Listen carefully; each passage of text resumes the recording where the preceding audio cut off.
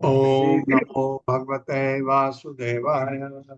ओम ओम नमो ॐ नमो भगवते भगवते वासुदेवाय। नमो भगवते वासुदेवाय। ॐ ओम ॐ नमो नमो भगवते भगवते वासुदेवाय। वासुदेवाय।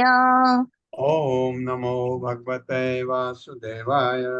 ओम नमो ॐ ॐ भगवते नमो भगवते वासुदेवाय। वासुदेवाय। नारायणं नमस्कृत्य नारायणं नारायणं नमस्कृत्य नमस्कृत्य नरं चैव नरोत्तमं नरं नरं चैव चैव नरोत्तमं नरोत्तमम् देवीं सरस्वतीं व्यासं देवीं देवीं देवीं सरस्वतीं सरस्वतीं व्यासम् ततो जयमुदीरये। ततो ततो जयमुदीरये। जयमुदीरयेत्। नष्टप्रायेषु अभद्रेषु नष्टप्रायेषु श्रूयपत्रेषु अभद्रेषु नित्यं भागवत सेवया नित्यं नित्यं भगवत भागवतसेवया सेवया। भगवते उत्तमा श्लोके भगवति भगवते उत्तमा श्लोके भक्तिर्भवति नैष्ठिकी। भक्तिर्भवति नैष्ठिकी। हरे कृष्ण, आप सबका स्वागत है। हरे हरे हरे कृष्णा कृष्ण प्रभु प्रभु जी, जी। सशब्द प्रणाम। तो और क्या क्या नरक हैं उनके बारे में पढ़ते हैं।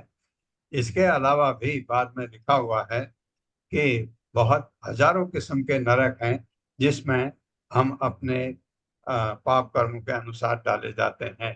ये तो खास खास बताए जो 28 नरक हैं, बट मेरे ख्याल से और उनके इंटेंसिटी के हिसाब से कितना तकलीफ दिया जाए कितना नहीं दिया जाए तो और भी ज्यादा है करके लिखा है शुक मुनि ने।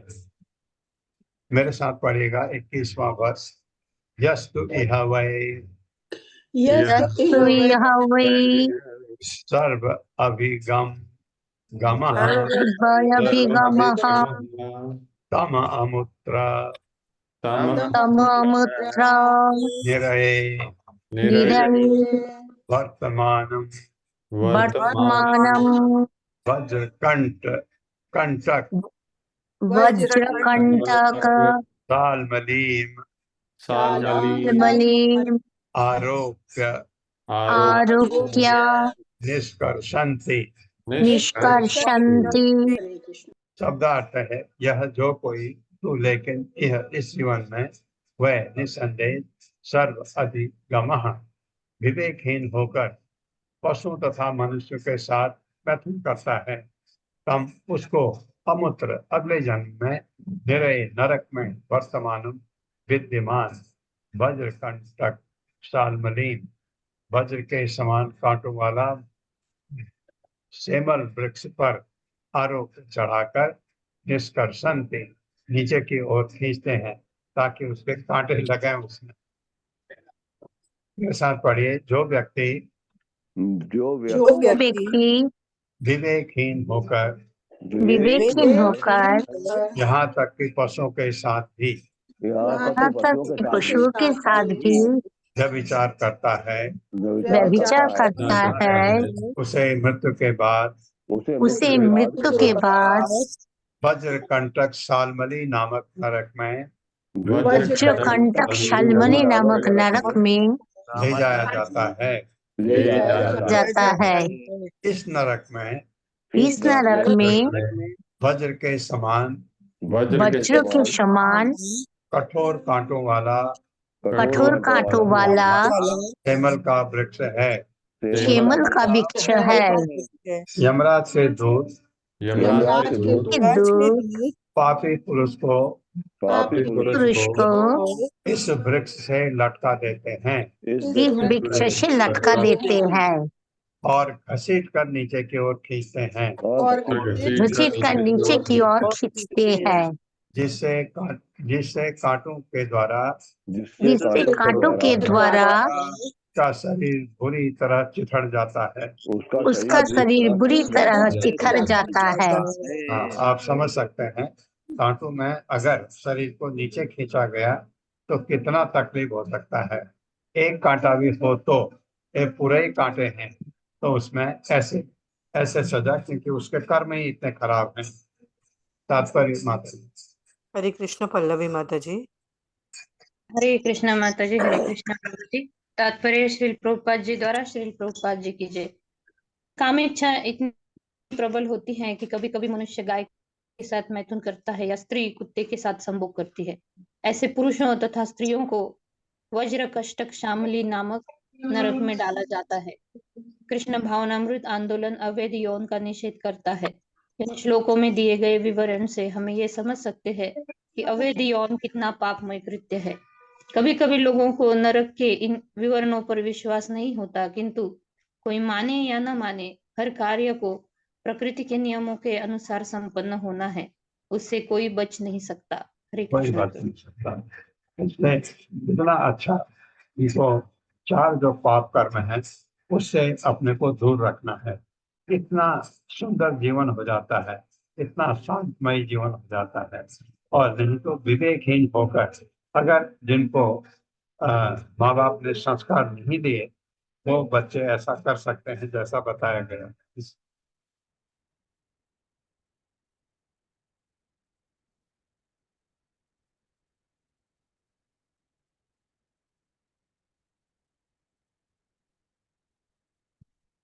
ये तो यह वै ये तो इहा वै राजन्या राजन्या राजपुरुषा वा राजपुरुषा वा अपाखंडा अपाखंडा धर्म सेतून पशेतून विन्दते विदन्ति भिन्दन्ति ते ते संपरेत्य शम्प्यदेत्य वैतरण्याम् तरण्याम् निपतन्ति निपतन्ति भिन्न मर्यादा तस्याम् मर्यादाः तस्याम् निरय परिखा भूतायाम् हृदयपरिखाभूतायाम् नद्याम् द्याम् यादो गणैः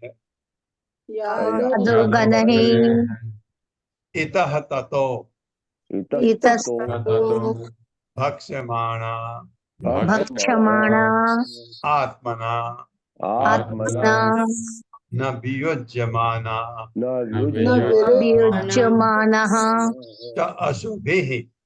च यशुभिः अशुभि क्योंकि रो है, रो उड़ जाएगा, ऊ रह जाएगा। उह्यमाना उह्यमानः स्वाघ्रेण स्वाधीन कर्म पाक पाकम् मनुस्मरन्तो अनुस्मरन्तो भिन्न है, इसको बिट बिट लिखा है, बिट मूत्र पीयूषोणित पूयुषणित् केश नख केशनख अस्ति अस्ति मेदो वान मांस मेदमंशा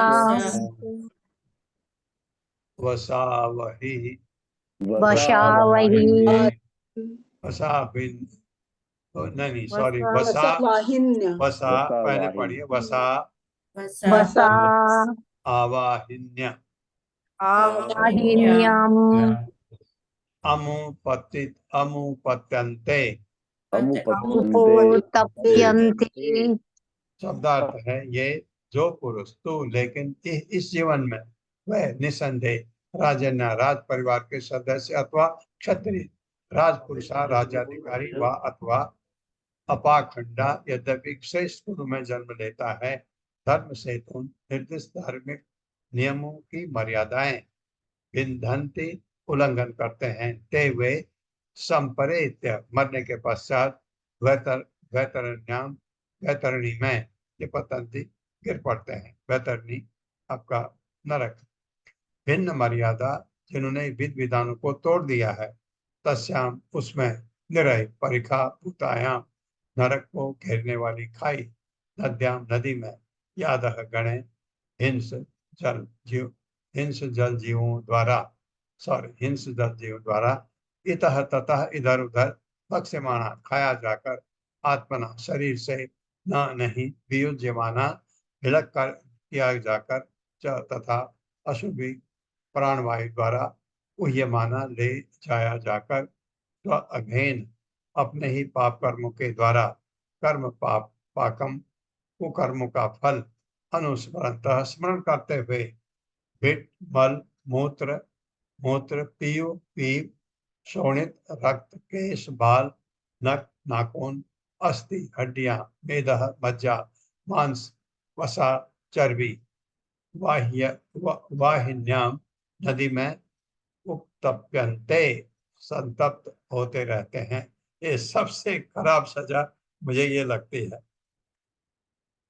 जो मनुष्य जो मनुष्य श्रेष्ठ कुल श्रेष्ठ कुल श्रेष्ठ कुल क्षत्रिय यथा क्षत्रिय राज परिवार राज परिवार या अधिकारी वर्ग या या अधिकारी अधिकारी वर्ग वर्ग में जन्म लेकर के में जन्म जन्म लेकर के नियत नियमों के पालन की अवहेलना करता है। नियत नियमों के पालन की की अवहेलना अवहेलना करता है आपको कोई ऐसा याद आता है तो अभी बताना, इसको पढ़ने के बाद पूछूंगा।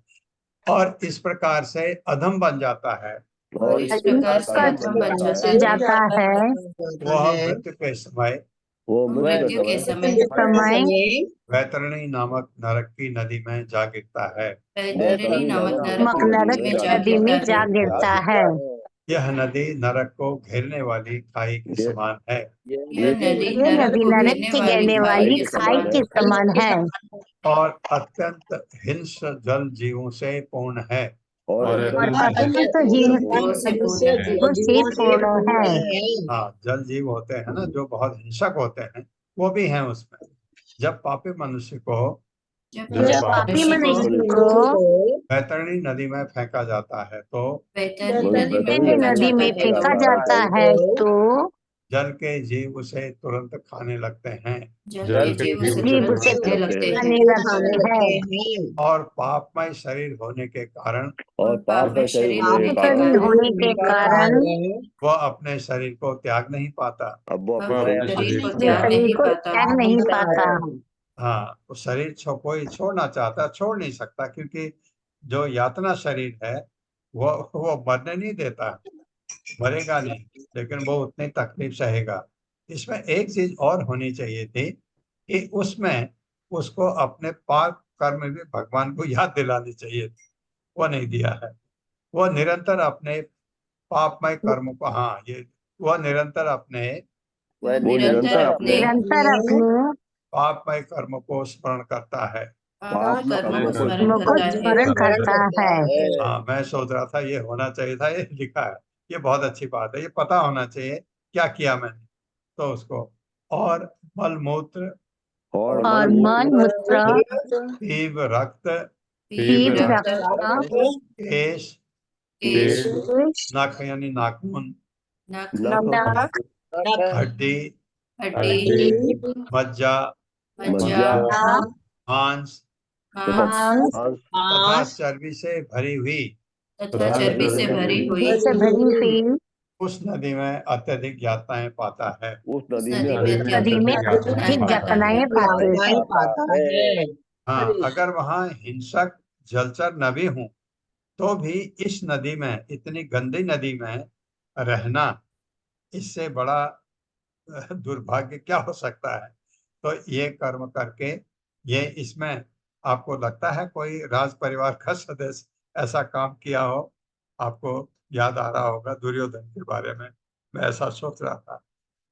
राज परिवार का था, दुर्योधन ही नहीं, उसके भाई भी एक आध और भी थे तो उन ऐसे बहुत सारे हैं जो, क्योंकि जब राजा के परिवार के लोग ये समझते हैं उनके लिए कानून नहीं है, तो वो कुछ भी ढंग से अपने को रखते हैं, तो वो सब ये ऐसे नदी में डाले जाते हैं।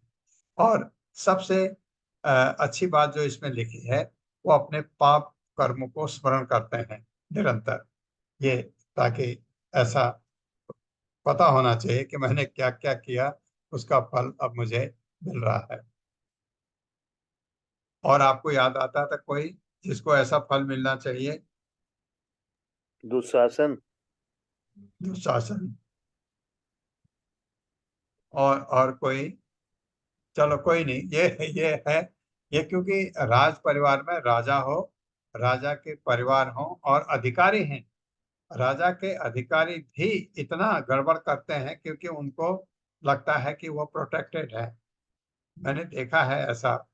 अ, नेपाल में पहले राजा होता था और वो राजा के दरबार में जो काम करते हैं, और राजा के दरबार में अगर कोई चपरासी भी है, वो भी अपने को इतना महान समझता था और कुछ भी करता था। उसको लोग पूछते थे क्योंकि वो दरबार का है करके डरते थे उनसे बहुत। तो उनके लिए ये सजा बताई गई। अगर वो गड़बड़ करते हैं, अपने नियम अनुसार काम करते हैं, तो कहीं कोई सजा नहीं। ये तो यह ये तो यह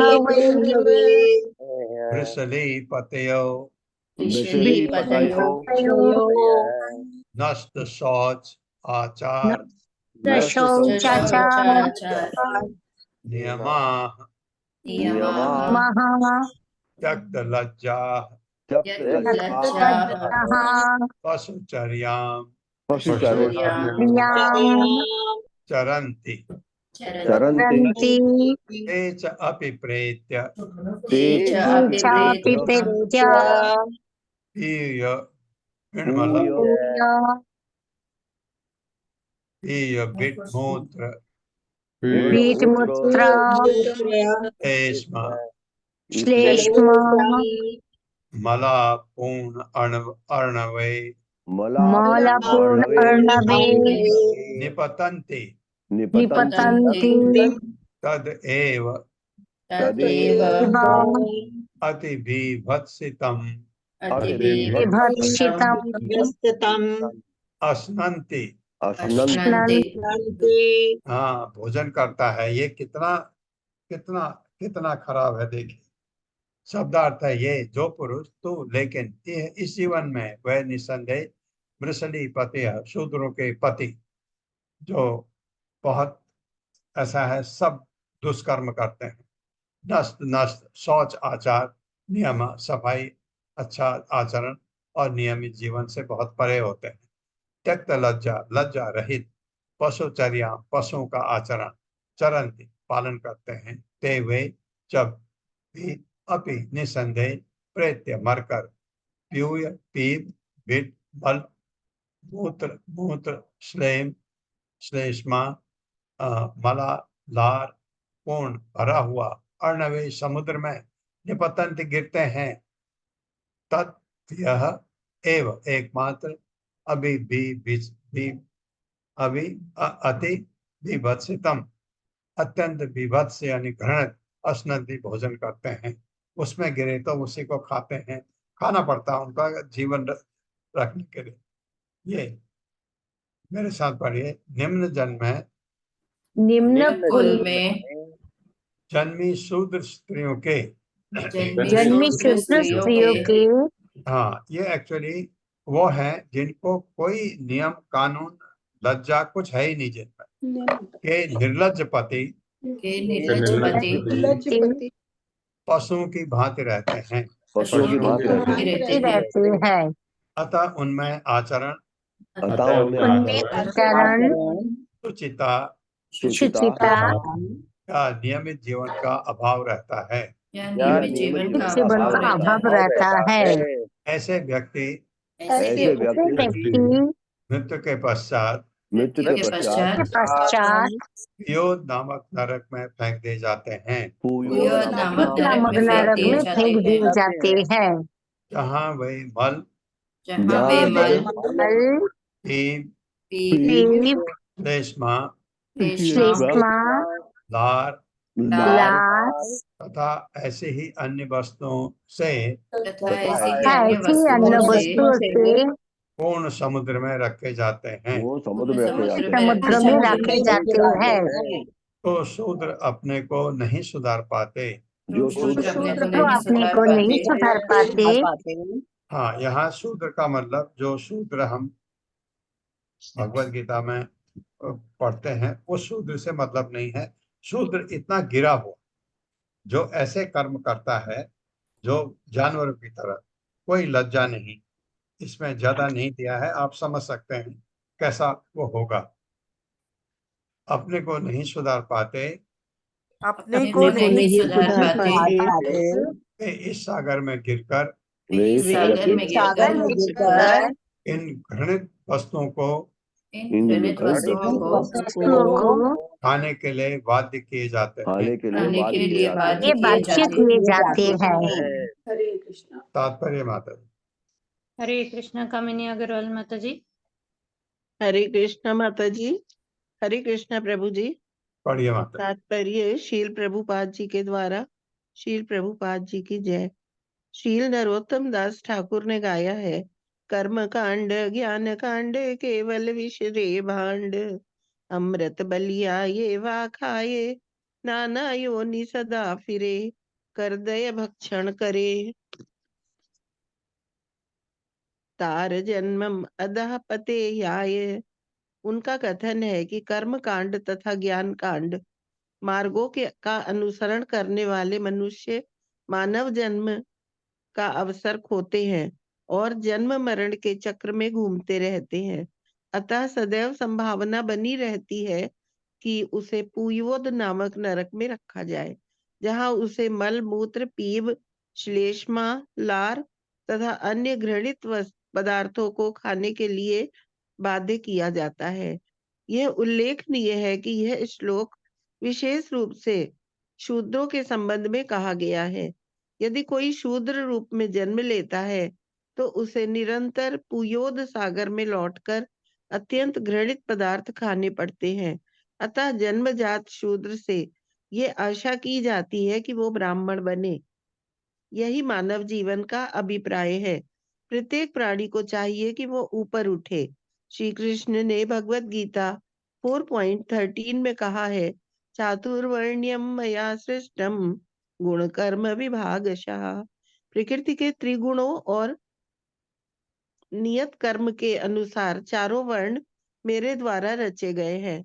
यदि कोई मनुष्य गुणों से शूद्र है तो उसे चाहिए कि वो अपनी स्थिति सुधार कर ब्राह्मण पद तक पहुंचने के लिए प्रयास करे।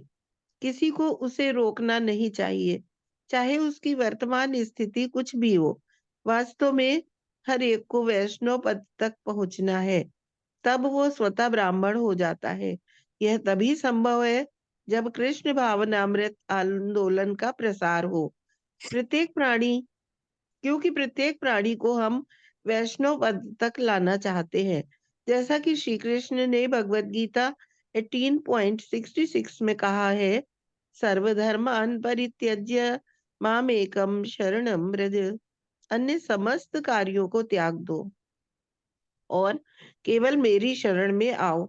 मनुष्य को चाहिए कि शूद्र, क्षत्रिय या वैश्य के वृत्तिपरक कर्मों को त्याग कर वैष्णवों के कर्तव्यों को ग्रहण करे, जिसमें ब्राह्मण के कार्यों का समावेश है।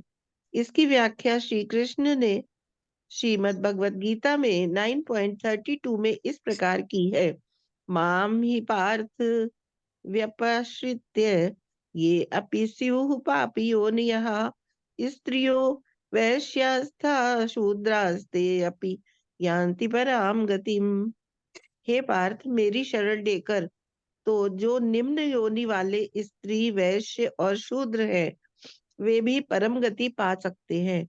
मानव जीवन का विशिष्ट उद्देश्य घर लौटना अर्थात भगवान के धाम को जाना है। ये सुविधा हर एक को मिलनी चाहिए, चाहे वो शूद्र हो या वैश्य, स्त्री हो या क्षत्रिय। कृष्ण भावनामृत आंदोलन का यही उद्देश्य है।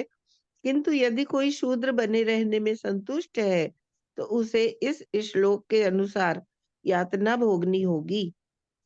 एद एवाति विभत्सितम अश्नन्ति। हरे कृष्ण प्रभु जी। हरे हरे कृष्ण कृष्ण माता जी। माता जी। धन्यवाद धन्यवाद माता जी। एक चीज इसमें याद रखनी हमने कि अगर शूद्र है तो ऐसा होगा, ये जरूरी नहीं है।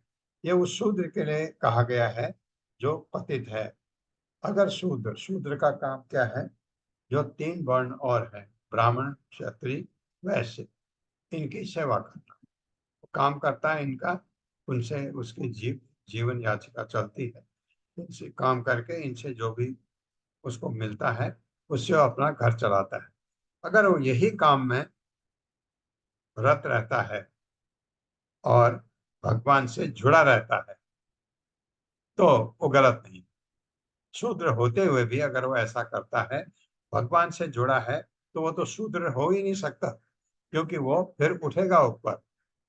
एक दिन ऐसा करते करते जब वो भगवान को से जुड़ा है, भगवान की तरफ उसकी आस्था बढ़ेगी, वो शूद्र से ब्राह्मण तक जा सकता है। कहने का मतलब ये है, क्योंकि भगवत गीता में स्पष्ट कहा है, ये चार वर्ण अपना अपने कार्य को, जो उनका वृत्तिपरक कार्य है, उस कार्य को करते हुए भी वो भगवत भगवत प्राप्ति कर सकते हैं। इसका क्या मतलब है कि शूद्र भी भगवत प्राप्ति कर सकता है, बशर्ते भगवान से जुड़ा हो। भगवान से कोई जुड़ा होगा तो गलत काम नहीं करता है। जितना हम ये नरक पढ़ रहे हैं, जो भी भगवान से जुड़ा होता है वो ये काम नहीं करता है।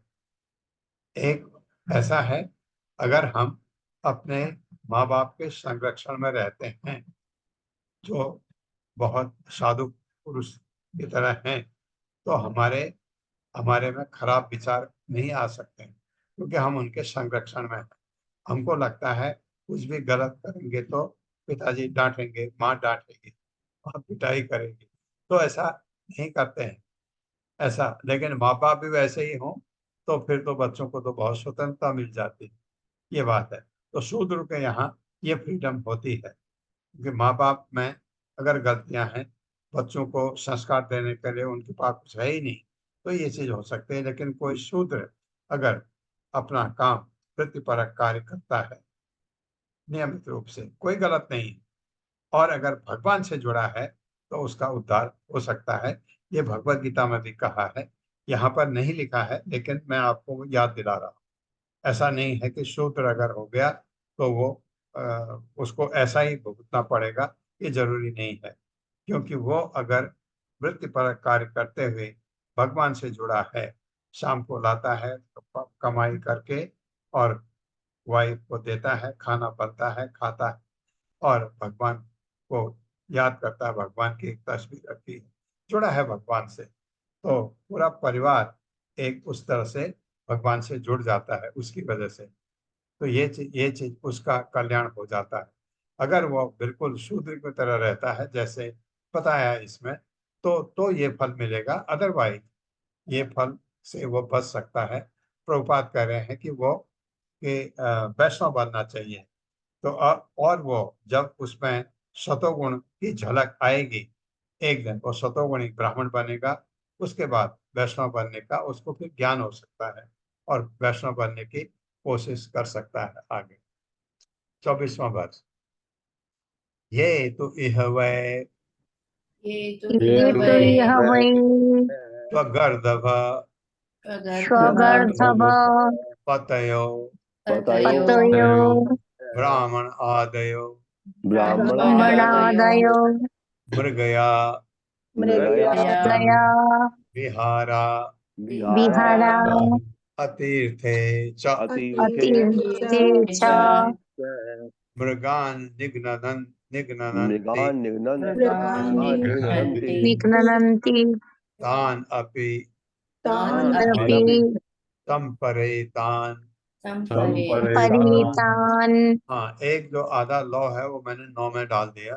संपरेतान लक्ष्य भूतानि, लक्ष्य भूतान भूतानि भी पढ़ सकते हैं हम इसको, और भूतान भी पढ़ सकते हैं।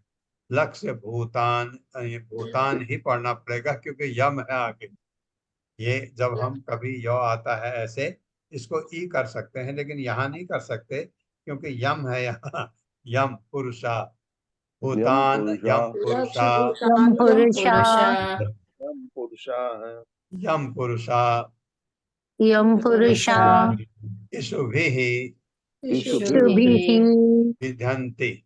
विद्यन्ते शब्दार्थ है ये वे जो, तू लेकिन इस जीवन में वह या स्व कुत्तों, गर्दभ तथा गधे के पतयः स्वामी ब्राह्मण आदय ब्राह्मण क्षत्रिय या वैश्य मृगया विहारा वन में आखेट करने में रुचि दिखाने वाले, आखेट का मतलब शिकार करना, अतीर्थे बताए हुए से इतर च भी मृगान पशुओं को निगनंती मारते हैं, तान उनको अपनी निसंदेह संपरेतान मरकर लक्ष्य बनाकर यम पुरुषा यमराज के दूत इशु भी तीरों द्वारा विध्यंती बीतते हैं, तीर चला के उनको उनके ऊपर मारते हैं। मेरे साथ पढ़िए। यदि इस जीवन में यदि इस जीवन में उच्च वर्ग का मनुष्य उच्च वर्ग का वर्गों का मनुष्य हाँ शूद्र छोड़ करके 3 यानी ब्राह्मण क्षत्रिय तथा वैश्य ब्राह्मण ब्राह्मण क्षत्रिय क्षत्रिय तथा वैश्य कुत्ते गधे या खच्चर पालता है कुत्ते कुत्ते गधे तथा खच्चर पलता है और उन्हें जंगल में आखेट करने और उन्हें जंगल में आखेट करने तथा वृथा ही पशुओं को मारने में तथा वृथाई पशुओं को ही पशुओं को मारने में अत्यधिक रुचि लेता है, अत्यधिक रुचि लेता है, तो मृत्यु के पश्चात मृत्यु के पश्चात वह प्राण रोध नामक नरक में डाला जाता है। वो क्रोध नामक नरक में डाला जाता है। वहां पर यमराज के दूत यमराज के दूत से लक्ष्य बनाकर के लक्ष्य बनाकर अपने तीरों से भेद डालते हैं, अपने तीरों से भेद डालते हैं। तात्पर्य माता हरे कृष्ण रीता पंडित माता जी। हरे कृष्ण प्रभु जी, हरे कृष्ण माता जी। शिल प्रभुपाद की जय। तात्पर्य शिल प्रभुपाद द्वारा विशेषकर पाश्चात्य देशों में सामंत लोग जंगल में पशुओं का शिकार करने के लिए कुत्ते तथा घोड़े पालते हैं। चाहे पूर्व हो या पश्चिम, कलयुग में सामंतवादी व्यक्ति जंगल में जाकर वृथा ही पशु वध करते हैं। उच्च वर्ग के पुरुषों ब्राह्मण क्षत्रिय तथा वैश्य को ब्रह्म ज्ञान का अनुशीलन करना चाहिए और शूद्रों को भी उस पद पर पहुंचने का अवसर देना चाहिए। यदि इसके बजाय वे आखेट में रत होते हैं तो वे दंडित होते हैं, जैसा कि इस श्लोक में वर्णित है। वे यमदूतों के द्वारा केवल बाणों से विद्ध किए जाते हैं, वरन मूत्र तथा मल के सागर में रखे जाते हैं। हरे कृष्ण प्रभु जी। तो ये किसी को भी ये जो कहा गया है, जो संस्कार दिए जाते हैं, तो माँ बाप हमेशा कहते हैं ये मत करना, किसी को तकलीफ नहीं देना, ये सिखाते हैं। तो उस समय समझ नहीं आता जब नरकों का वर्णन हुआ तो अब समझ आता है ये चीज बिल्कुल नहीं करना चाहिए, क्योंकि ये भी बात बिल्कुल सही है। जैसे हम देखते हैं कि कोई आप किसी को तकलीफ देते हैं तो उसका दंड तो हमको मिलना ही चाहिए, और वो दंड हम सोचते हैं कि ये हमारे प्रोविडेंस में नहीं आया, पुलिस को नहीं पता लगा, किसको नहीं पता लगा, हम बच गए। नहीं बच सकते।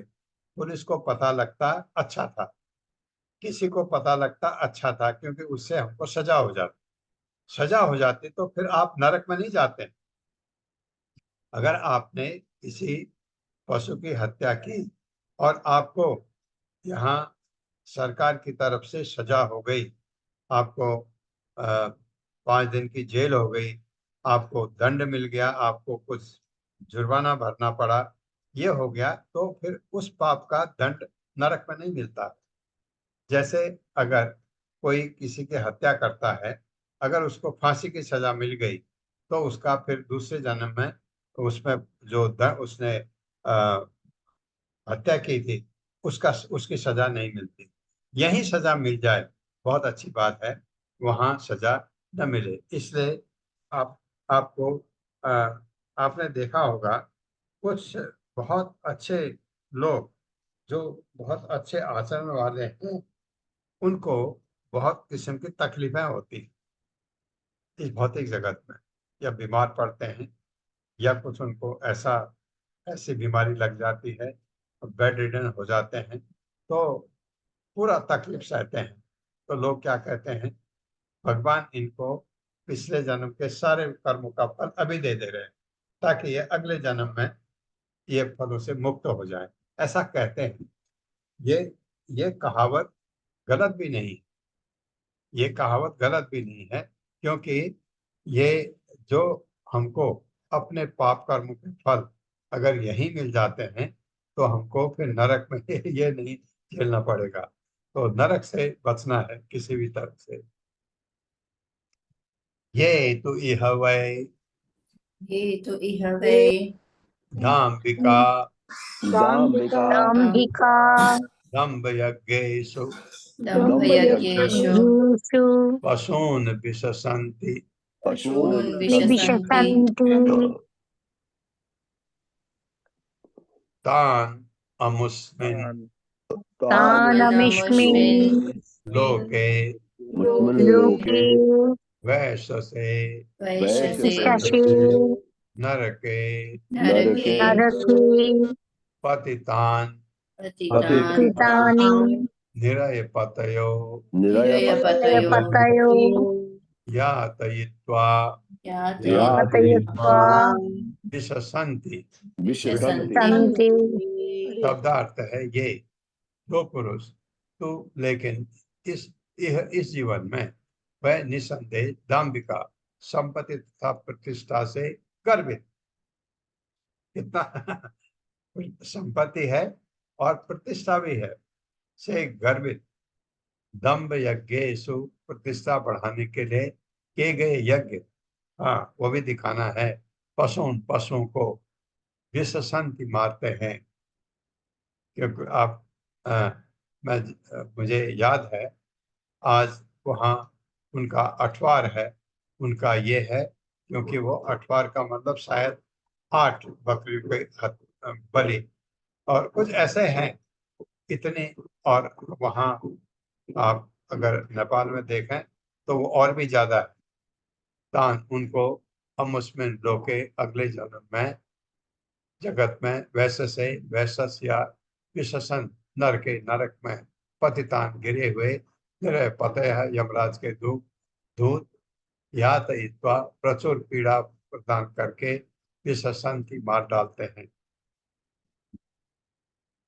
मार डालते हैं का मतलब वो मर तो सकता नहीं, मारेंगे तो उससे निकल गया ये समझ।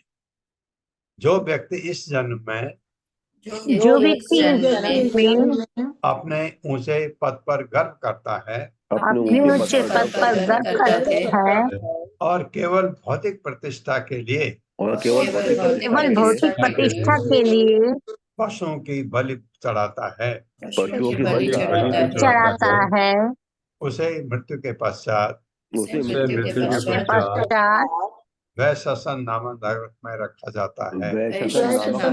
नमक नरक में रखा जाता है। वहाँ यम के दूत उसे अपार कष्ट देकर अंत में उसका वध कर देते हैं। वध कर देते हैं। हाँ, अपार कष्ट दिया उसके बाद वध कर देते हैं। वध करने का मतलब है अब वो सीधे जिस योनि में जाना है जाएगा। इतना कष्ट सहेगी नरक में करने के बाद वो फिर ये जो हमारे 84 लाख में आ जाता है, उसमें उससे कर्म के हिसाब से जो भी बनना है उधर आ जाएगा।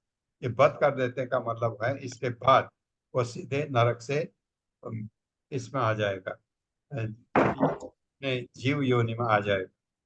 क्योंकि कर्म ऐसे हैं, मनुष्य यौन तो शायद नहीं मिलेगी, तो अधोलोक में कहीं आएगा। तात्पर्य माता जी। हरे कृष्णा सतेंद्र प्रभु जी।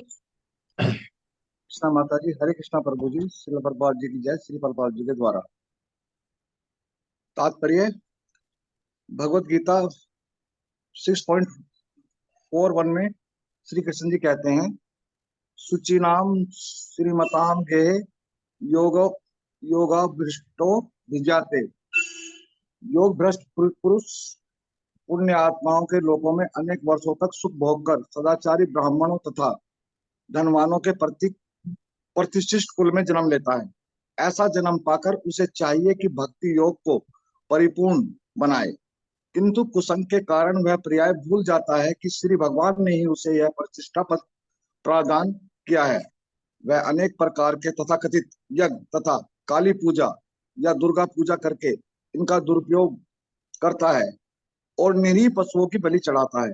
ऐसे पुरुष को किस प्रकार दंडित किया जाता है उसका वर्णन इस श्लोक में हुआ है। इस श्लोक का एक शब्द दम्भ्य वग्रेषु महत्वपूर्ण है। यह यज्ञ करते समय वैदिक शिक्षाओं का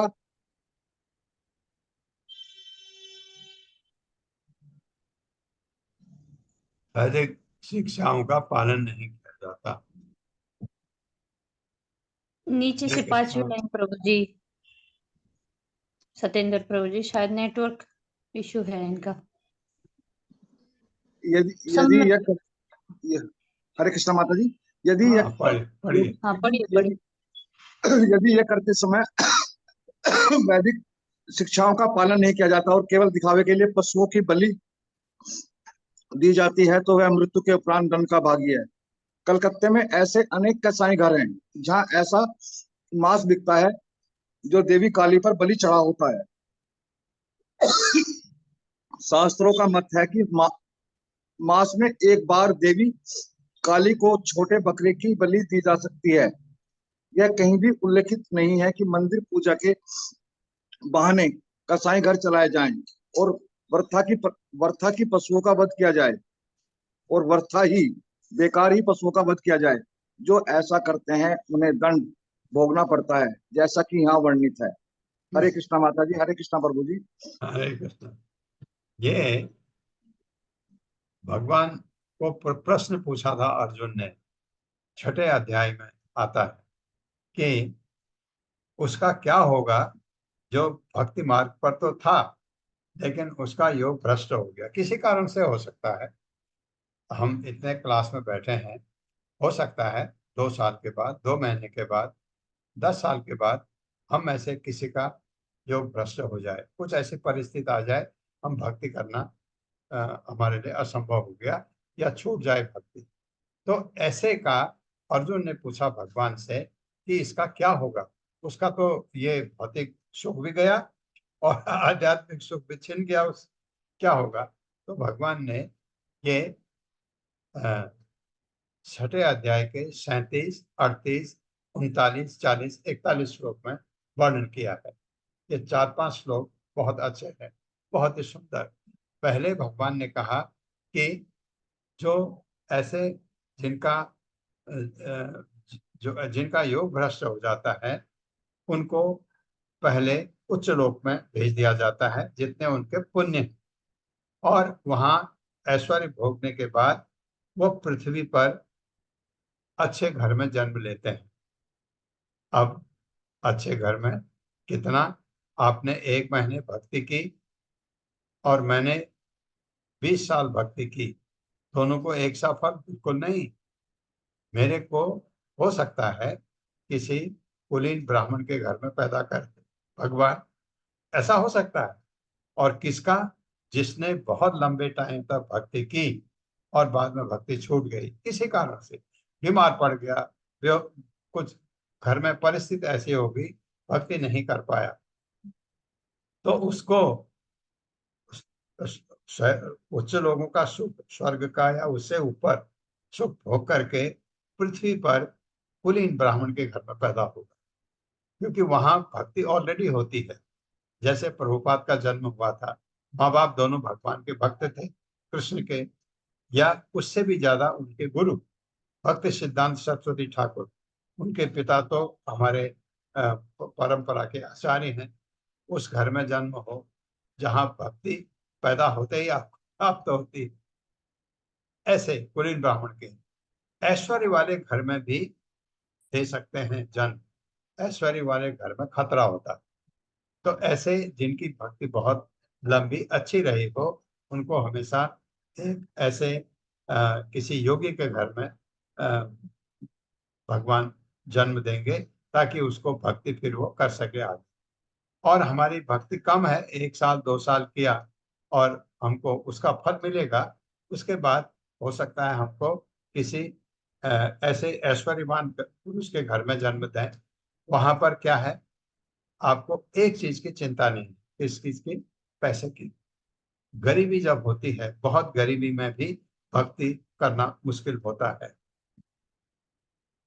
भगवान की कृपा है तो होती है, बहुत गरीब भी भगवान के बहुत अच्छे भक्त होते हैं।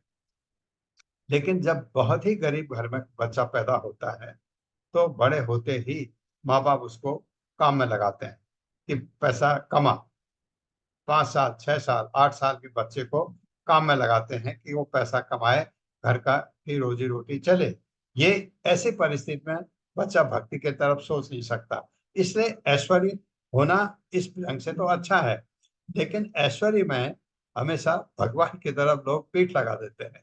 ये देखा आपने, ऐश्वर्य होने से सिर्फ देवता लोग भगवान की भक्ति करते हैं, भगवान के, लेकिन वो भगवान के शुद्ध भक्त नहीं है, हो ही नहीं सकते, क्योंकि उनको इतना ऐश्वर्य है और इतने ऐसे काम करने होते हैं, तो उनको ये फल नहीं प्राप्त होता। ये बहुत अच्छा श्लोक आया, मैं इससे आपको शुचिताम श्रीमताम गेहे, ऐसे शुचिनाम श्रीमताम गेहे योग भ्रष्टो अभिजायते, जिसका योग भ्रष्ट हुआ है वो ऐसे घर में पैदा होता है।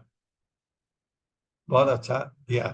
तो लेकिन अगर यहाँ घर में के बाद, जैसे मैंने बोला, ऐश्वर्य वाले घर में बिगड़ने का चांस होता है, फिर ये चीज हो सकती है जो बताया है।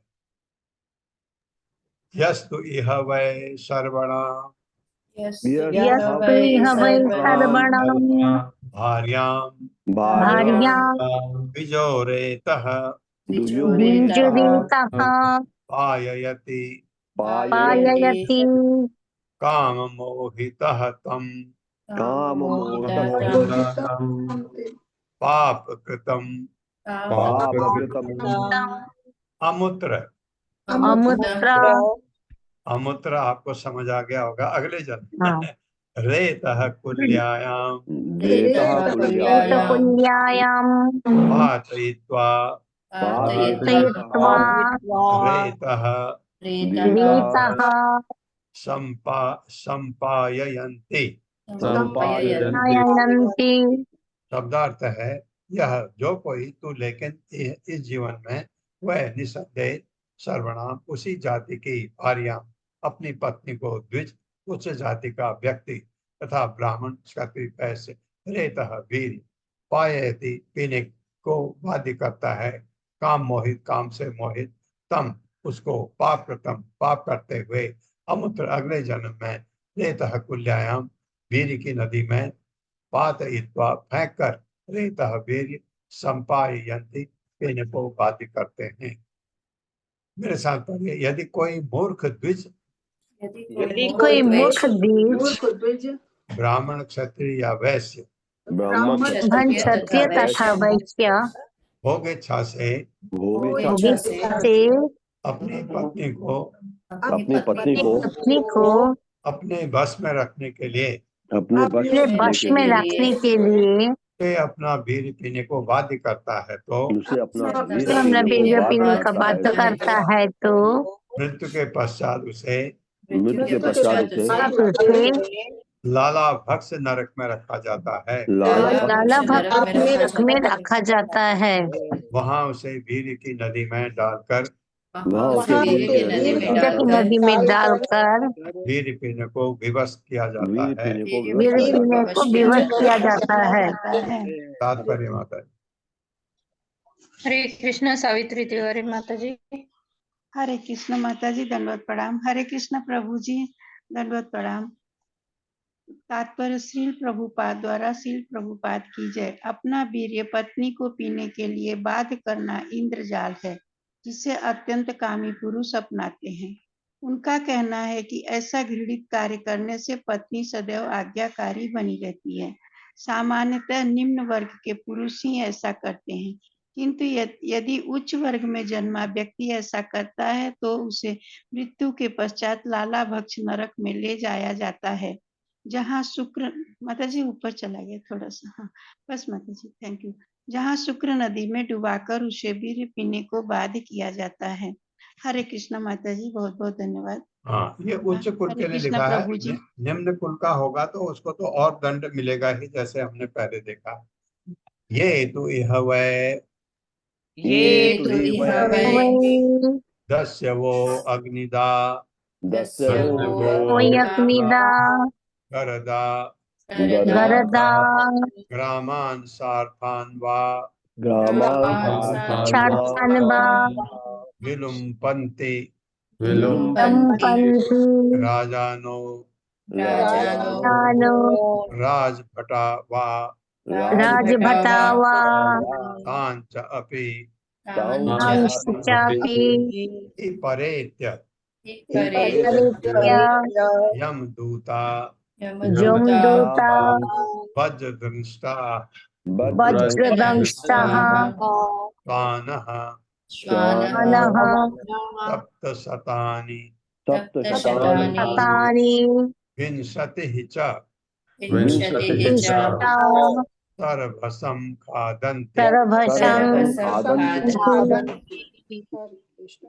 शब्दार्थ है, ये जो व्यक्ति तो लेकिन यह इस जीवन में वह निसंदेह दस्य वह चोर तथा डाकू अग्निथा आग लगाने वाले गर्दा विष पिलाने वाले ग्रामान गांव को सार्थान वर्णिक वर्ग को वह अथवा बिलुम पंथी लूटते हैं राजा न राजा राजभटा अधिकारी जन व अथवा तान उनको च भी अपि निसंदेह ही निश्चय ही परेत्य मरने पर यमदूता यमराज के दूतगण वज्रदंष्टा कठोर दांतों वाले त्वाना कुत्ते सप्त शतानी 700 विंशति 20 720 कुत्ते च और चुरभम चुरभसम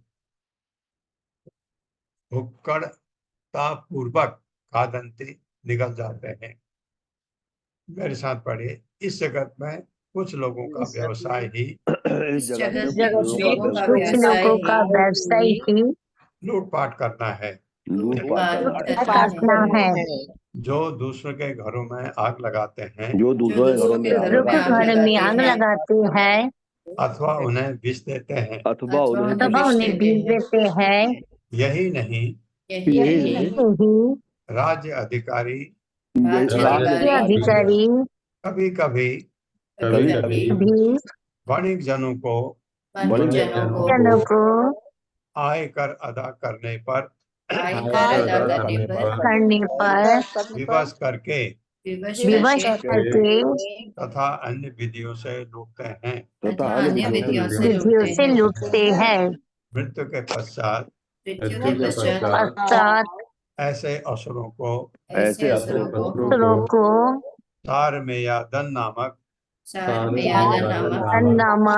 नरक में रखा जाता है। रखा जाता है। उस नरक में 720 कुत्ते हैं। 720 कुत्ते हैं। इनके दांत वज्र के समान कठोर हैं। वज्र के समान कठोर है। हाँ, कुत्ते के दांत होते ही कठोर हैं। ये कुत्ते यमराज के दूतों के आदेश पर ऐसे पापी जनों को भूखे भेड़ियों की भांति निकल जाते हैं। भूखे भेड़ियों की भांति निकल जाते हैं।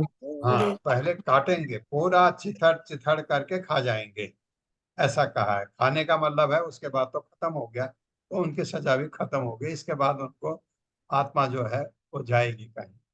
तात्पर्य माता जी। हरे कृष्णा। रीता कतुरिया माता जी। हरे कृष्णा माता जी। हरे कृष्णा प्रभु जी। श्रीला प्रभुपाद की जय। श्रीला प्रभुपाद जी के द्वारा तात्पर्य। श्रीमद् भागवत के 12वें स्कंद में यह कहा गया है कि इस कली काल में प्रत्येक व्यक्ति 3 प्रकार की विपत्तियों से पीड़ित रहेगा। वर्षा का अभाव, दुर्भिक्ष तथा राज्य द्वारा अधिक कर वसूली। चूंकि मनुष्य अधिकाधिक पापी होते जा रहे हैं, इसलिए वर्षा का अभाव होगा, जिससे अन्न नहीं उपजेगा। दुर्भिक्ष के कारण उत्पन्न लोगों का कष्ट कम करने के बहाने सरकार व्यवसायी वर्ग पर विशेष रूप से भारी कर लगाएगी। इस श्लोक में कहा गया है कि ऐसी सरकार के अधिकारी दस्यु अथवा चोर होते हैं। इनका मुख्य काम होगा लोगों की संपत्ति लूटना, चाहे वह राजमार्ग का लुटेरा हो या राजकीय चोर। ऐसे व्यक्ति को अगले जीवन में सार में यादन नामक नरक में गिराकर दंडित किया जाएगा, जहां उसे नृशंस कुत्ते काटेंगे। हरे कृष्णा प्रभु जी। हरे धन्यवाद कृष्ण माता माता जी। धन्यवाद। पल्लवी माता जी, जी प्रभु जी। ये जरा ये देखिए तो दुर्मिक्ष का क्या मतलब है? दुर्मिक्ष के कारण, जी जी दुर्मिक्ष इंग्लिश में जरा चेक करिए, उन लोग को जी। कष्ट कम कर।